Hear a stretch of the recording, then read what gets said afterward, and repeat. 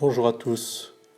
Nous sommes le jeudi 23 juillet et nous fêtons Sainte Brigitte de Suède, dont le pape François et le pape Benoît XVI et surtout le pape Jean-Paul II ont loué son extraordinaire modernité pour notre temps, patronne de l'Europe, au même titre que Sainte Catherine de Sienne d'ailleurs, parce que d'abord, Brigitte a d'abord été une épouse chrétienne exemplaire jusqu'à la mort de son mari.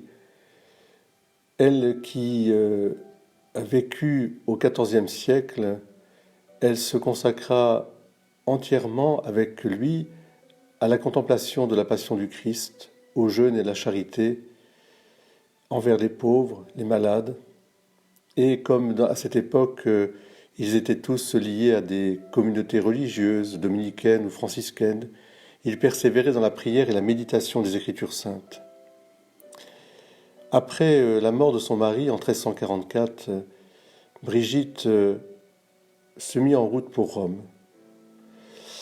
Ce deuxième point est important parce que Sainte Brigitte de Suède s'unit d'une manière tout à fait particulière à la Sainte Église, fidélité à la Sainte Mère l'Église. C'est pourquoi qu'à cette époque, elle parcourut l'Europe entière pour ramener justement l'unité de l'Église.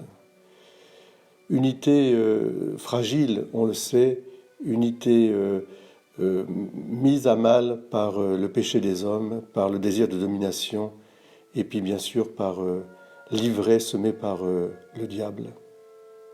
Elle choisit Rome pour sa seconde patrie, et avec ce cœur plein d'ardeur apostolique et d'amour sans ombre pour le siège de Pierre, elle favorisa par tous les moyens la paix. Elle fut estimée et vénérée par les croyants, non seulement dans sa terre d'origine, mais partout où elle eut à travailler. Un tel témoignage unanime de dévotion qui subsiste encore aujourd'hui constitue un signe prophétique de réconciliation et d'espérance pour le continent européen et pour l'humanité entière.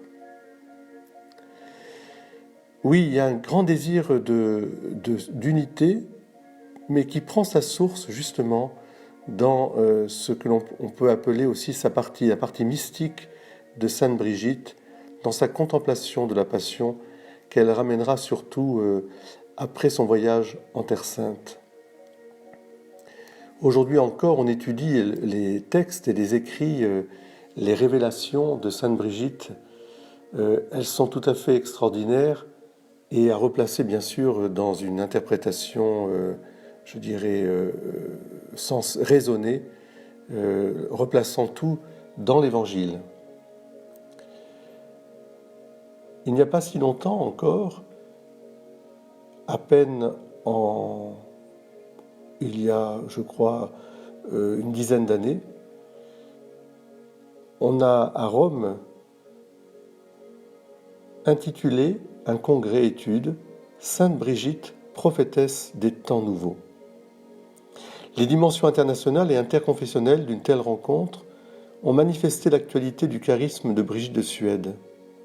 Son témoignage déterminant de femme fidèle à la Sainte Mère Église constitue un encouragement pour tous les croyants. Et je pense que l'urgence missionnaire qui illumina sa vie itinérante du nord au sud du continent européen fait d'elle un exemple à imiter, surtout dans l'œuvre de la nouvelle évangélisation en Europe.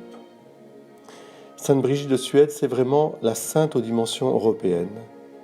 Ardente d'amour divin, elle se consacra tout entière à la cause du règne, œuvrant activement pour l'unité des chrétiens.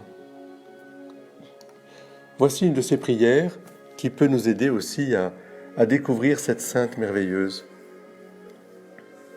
Béni soyez-vous, Jésus-Christ mon Seigneur, qui avait prédit votre mort avant l'heure, qui à la dernière scène avait merveilleusement consacré avec du pain matériel votre corps qui nous rachète, qui l'avait donné par amour aux apôtres en mémoire de votre très précieuse passion. Vous qui, en leur lavant les pieds de vos très saintes et nobles mains, leur avez donné humblement un modèle d'humilité. Honneur à vous, Jésus-Christ, mon Seigneur, qui, par la peur de votre passion et de votre mort, avait fait jaillir une sueur sanglante de votre corps innocent. Pourtant, vous avez accompli notre rédemption que vous vouliez réaliser, et ainsi vous avez manifesté avec une parfaite évidence votre amour pour le genre humain. Et elle continue ainsi toute cette description de la passion pour aboutir à la fin. Honneur éternel à vous, Jésus-Christ mon Seigneur, qui êtes ressuscité des morts le 3e jour, qui vous êtes manifesté vivant au témoin de votre choix, qui après 40 jours êtes monté au ciel à la vue de beaucoup, et qui avez établi avec honneur vos amis, que vous avez délivrés des enfers. À vous jubilation et louange éternelle, Seigneur Jésus-Christ, qui avez envoyé le Saint-Esprit dans le cœur de vos disciples, et avez développé en eux un amour infini de Dieu. Béni soyez-vous, digne de louange et de gloire éternellement, Jésus mon Seigneur, qui trônez dans votre royaume céleste, dans la gloire de votre divinité, vivant corporellement avec vos membres très saints que vous avez tirés de la chair de la Vierge. Et c'est ainsi que vous viendrez au jour du jugement pour juger les âmes de tous, vivants et morts, vous qui vivez et régnez avec le Père et le Saint-Esprit, pour les siècles des siècles. Amen. Je vous souhaite à tous une très belle journée.